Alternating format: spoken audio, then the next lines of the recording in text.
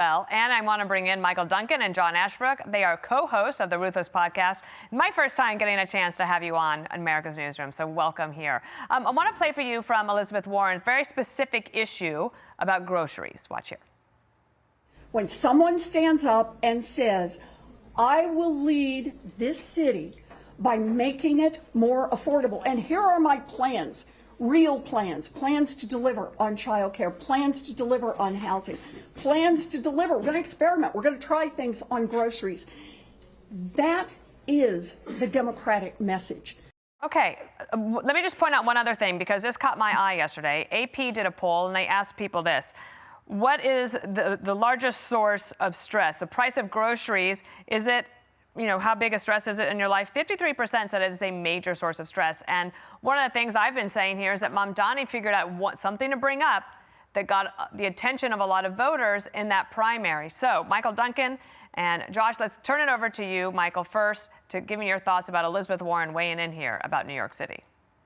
Yeah, it's sort of remarkable, isn't it, Dana? You've got Elizabeth Warren, who was a professor at Harvard, and you got this Mamdani guy who went to Bowdoin, $65,000 a year tuition university, talking about how he's going to reduce prices for the working man in this country. I think it's comical. I mean, these champagne socialists are hilarious. I think the people of New York are going to figure out that when a socialist tells you they're going to make something free, it's just going to make it more unaffordable. John, what do you think Republicans or independents now, if you're looking at Eric Adams or Cuomo, should do to try to say that there is a better way? Because I'm not sure that people are hearing that message that there is a better way in terms of economic growth in order to lower grocery prices. One of the things I think that's important to point out is the history here. What we learned during the Biden years is that Elizabeth Warren really runs that party from the inside left. Biden basically turned over the keys to his administration to Elizabeth Warren people. And what was their record? They got into the economy and prices went up. Inflation went through the roof. So Elizabeth Warren has a record on affordability, and it is not good. One other thing, Yeah, Dana, here. I looked at those clips of both Adams and Cuomo. They're going to have to step their game up with a little more energy. Like, Cuomo looks more like slow-mo in that clip. And I'm sorry, but the energy is with Elizabeth Warren and with Mamdani. They may be crazy, but the party's a little crazy right now. I know, I've been saying the same thing. It's a little bit driving me crazy. You have to wonder what they're teaching in terms of economics at these colleges. But that is where people are. And if you had economic growth and less regulation, maybe things could get better on the affordability front. Meanwhile, just about 20 minutes ago, Aisha Hosni was on Capitol Hill. She was awaiting the arrival of Bruce Reed. Now, he was an insider of Biden's team. He was one of the advisors before that disastrous debate on July 27th.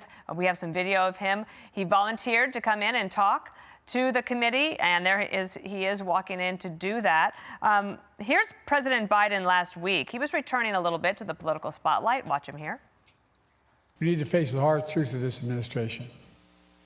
And it has been to ease all the gains we've made in my administration, to erase history rather than make it, to erase fairness, equality, to erase justice itself. I mean, he had a little more energy than Cuomo, I have to say. Let me show you here on the board. John, take a look. These are the aides that have already gone in and talked to the committee, and some of them, of course, pled the fifth. And then there are several others, including Karine Jean-Pierre and Andrew Bates on the communications side that will go in and talk. But the most interesting one to me is Jeff Zients. He was the former chief of staff. John Ashbrook, what do you think is happening with this oversight committee? Well, I think it's wild, first of all, that his doctor is pleading the fifth and not just saying I have doctor-patient confidentiality. I mean, what in the world is he trying to protect? And we all know, Dana, and we all lived through this, that Joe Biden was in decline. Only in Washington can professional people straight face a lie and say, no, no, no, he was actually much better than you think. They even say that, oh, he would have won the 2024 election. That's insane. It's absolutely insane. Nobody believes them. Nobody believes. This is maybe the biggest scandal in American history. And I'm glad that the Oversight Committee is getting to the bottom of it. And the one I can't wait for is Kamala Harris. Hopefully they interview her too. Let me give a quick last word to you, Michael, and I would just point out that one thing that I always noticed, having been in the press office, is how aggressively the press office went against any reporter who suggested that there was cognitive decline on Biden's behalf. Yeah, of course. I mean, they protected him until it was finally inconvenient. I think a lot of the mainstream media were partners in on the lie up until the moment in which they thought that maybe Democrats would lose the election. And then suddenly they all decided that Kamala Harris was the second coming and could win this election. Well, Michael Duncan, John Ashbrook, I'm thrilled to have you as a part of our team. Thank you so much for being on America's Newsroom. I'm Steve Doocy. I'm Brian Kilmeade. And I'm Ainsley Earhart. And click here to subscribe to the Fox News YouTube page to catch our hottest interviews and most compelling analysis.